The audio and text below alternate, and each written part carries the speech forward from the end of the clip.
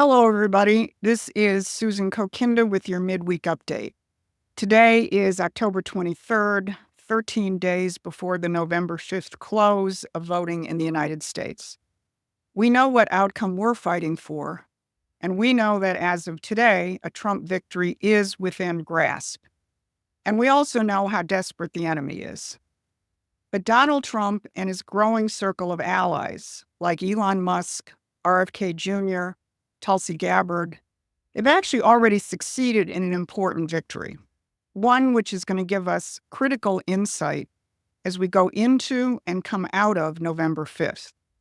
They've shown us how important it is to stand and to fight smart, no matter what the odds, no matter what the apparent power of the enemy.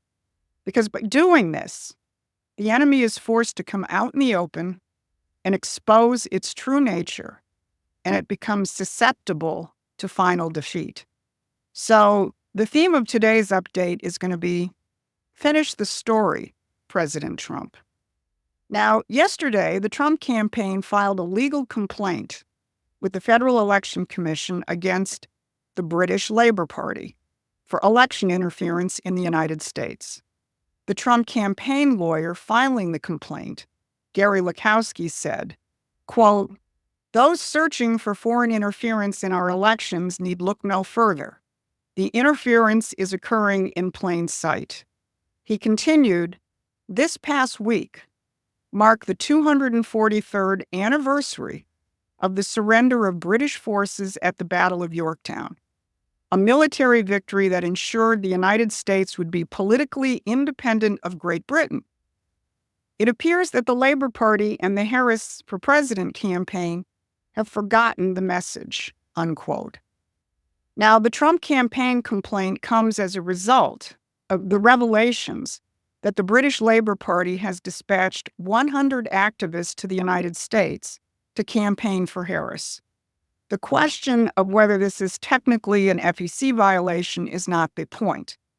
As Matt Taibbi and Paul Thacker extensively document on Racket News, this is the tip of the iceberg of a massive Labour Party operation, members of which attended the Democratic Party convention and which are helping the Harris campaign craft its message.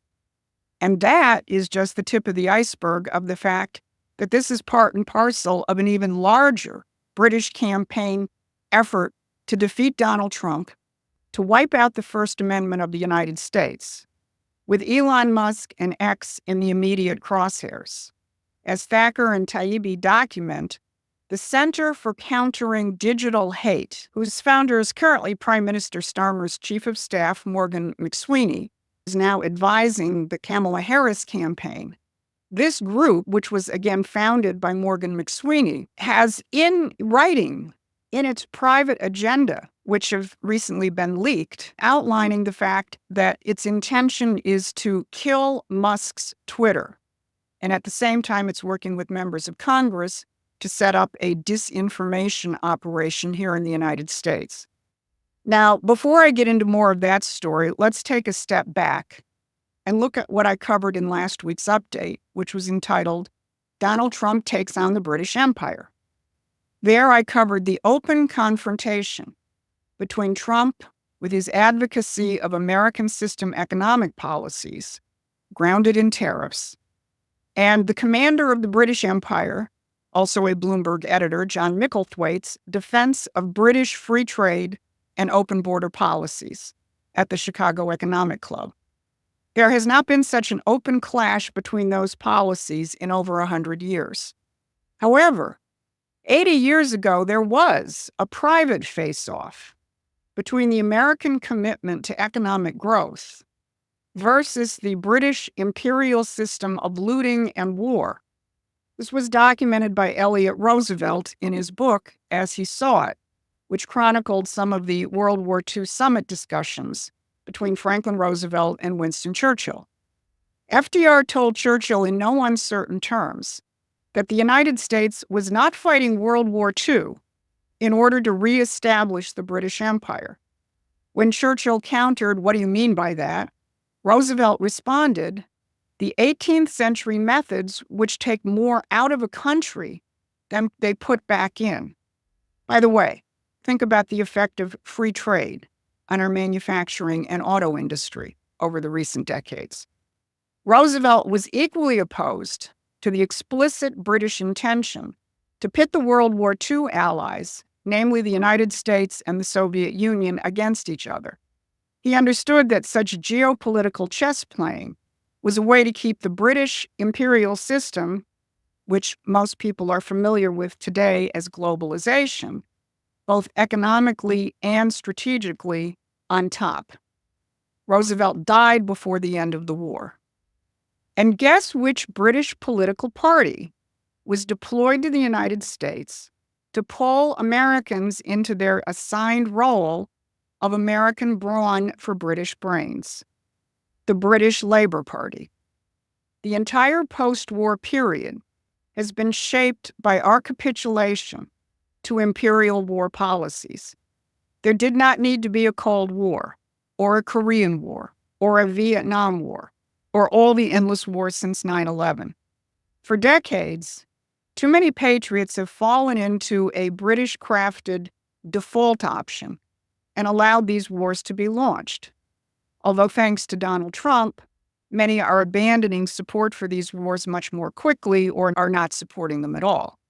But look at the role of the British and Labour Party Prime Minister Tony Blair in the weapons of mass destruction lie, which launched the war in Iraq and decades of carnage in the Mideast. Look at the role of Boris Johnson in sinking the possibility of an early settlement of the Ukraine-Russia war. If anyone has RFK Jr.'s ear, share this podcast with him, because even in his excellent briefings on the origin of the Ukraine war, he has the U.S.-UK special relationship on its head. It is not the United States telling the British what to do. And then there's the recent coverage that it is the British, under current Labour Party Prime Minister Starmer, who have had a hands-on role in directing the Ukrainian incursion into the Kursk region in Russia. It's not the U.S. calling the shots, although we have so many Americans, like the neocons, who are hardwired into British geopolitical thinking that it sometimes takes that appearance. But the political realignment, which was so dramatically demonstrated by Tulsi Gabbard's announcement in North Carolina at Trump's rally yesterday, that she is joining the Republican Party because under Trump's leadership, it is the party of peace. And you can contrast that to Liz Cheney, the ultimate spawn of a war hawk, who has been campaigning for Kamala Harris, most recently in the Midwest on Monday. This shows that the ability of the British to manipulate American patriots on the war question is finally shattering. Now, the post in Racket News by Taibbi and Thacker also reflects a certain growing understanding of this. They cite the deployment of the British Labour Party personnel into the United States as part and parcel of keeping America's war machine closely aligned with Israel and Ukraine and ensuring that billions of American defense dollars keep flowing. But it's more than money. As Trump made clear in his showdown with Micklethwaite last week, it is two systems in conflict: the American system of growth and progress and peace, and the British system of financialization, looting, and war. Elon Musk has taken it to a deeper level with his attack on the anti-human Malthusian policy of depopulation. And remember, Thomas Malthus was British. But even more so, Musk embodies the opposite of the imperial view of man. He is the essence of genuine creativity, discovering how the universe works so we can act on it more powerfully. The catch and landing of the SpaceX Super Heavy booster is a milestone in that increasing power. Check out our new pamphlet, What President Trump Can Do with the American System 2.0, for a deeper dive into the economics of human creativity. But this is one of the reasons why Musk is emerging as target number 2 for the imperial elite. As the Racket News Post documents, Musk's acquisition of Twitter was a line in the sand for the British, because they know that an actual free speech platform in the United States breaks the environment, which would otherwise be controlled by big tech and mainstream media. So not only is the Center for Controlling Digital Hate deployed to kill Musk's platform while its Labor Party minions are campaigning to get Harris elected, it is also working directly with assets in Congress to rip up America's constitutional freedoms. And not to be left out of the attacks on Musk, the German publication Der Spiegel has a chilling graphic of Musk emerging from Trump's space under the headline, Public Enemy Number 2. There is another aspect for the Center for Countering Digital Hate, which my colleague Barbara Boyd will be covering in a post.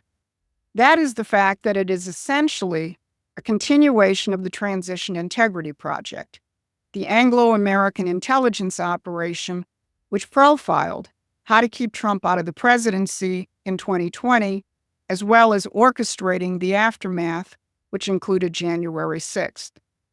For those of you watching this, for whom perhaps the role of the British is new, I encourage you to subscribe to Promethean Action. Barbara has been on this case not just for years, but for decades, and we will be providing critical intelligence and insights in the weeks to come. If the incredible and historic effort which millions of Americans are currently engaged in to get Donald Trump reelected succeeds, you can bet that our historic enemy will not go quietly, and it's vital that people understand this at a deeper level. Now, one more bullet point on the British and on our record. None other than Christopher Steele, the MI6 fairy godmother of Russiagate, has released a new book letting Americans know that the Russians are still at it. In fact, he says, it is the Russians, not the policies of Kamala and Sleepy Joe, who have caused inflation and the open border crisis. So there you have it. And for a very good introduction to the role of the British over the last 4 decades, but with a main focus on Christopher Steele and Russiagate, check out the dossier that we put out on Robert Mueller back during the first Trump administration. So let's return to Trump's lawyer's comment that it appears that the Labor Party and the Harris for President campaign have forgotten the message of the defeat of the British at Yorktown. Well, it's actually not that they have forgotten. It's that the empire has never accepted the results of that battle and has spent the last 243 years trying to undo the results of the creation of the American Republic, economically, politically, and culturally. Shortly after RFK Jr. endorsed Donald Trump, his vice presidential candidate, Nicole Shanahan, put out a really powerful video entitled Finish the Story, Bobby, which captures the hope that the Trump-RFK alliance can finish the Kennedy legacy of prosperity and peace. If enough Americans understand the continuity of our fight from 1776 today, another way to put it would be, finish the story, President Trump. So we have a precious few days to make sure that we can finish that story. And I hope everybody takes every minute to organize their fellow Americans to understand this. This has been your Midweek Update. Thanks for listening. Thanks for your continued support. Please take a moment and subscribe to our free newsletter at prometheanaction.com.